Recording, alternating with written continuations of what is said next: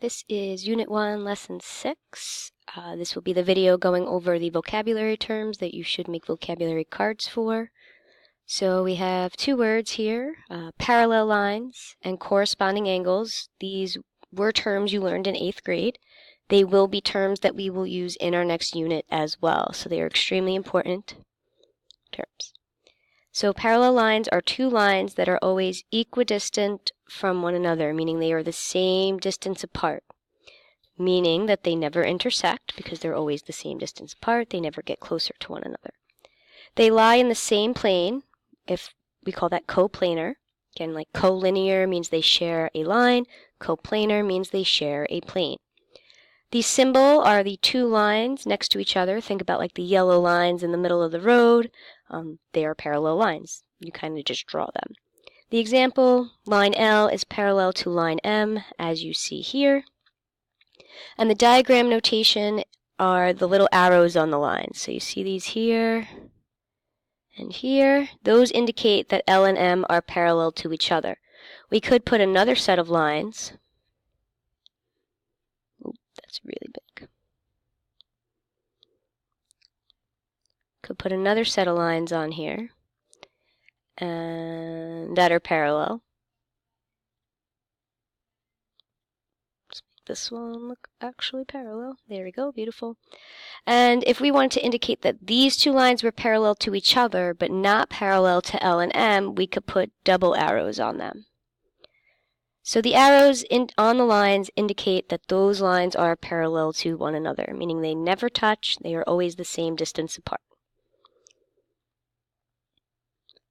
So the next important term that we need to know about, especially for our next unit, are called corresponding angles.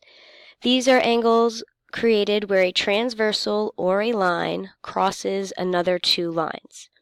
So for example, this line T is the transversal. It is a line crossing two other lines. That is a term that you did learn in 8th grade. But we're reviewing here some of these terms. Corresponding angles are angles at the same location at each intersection.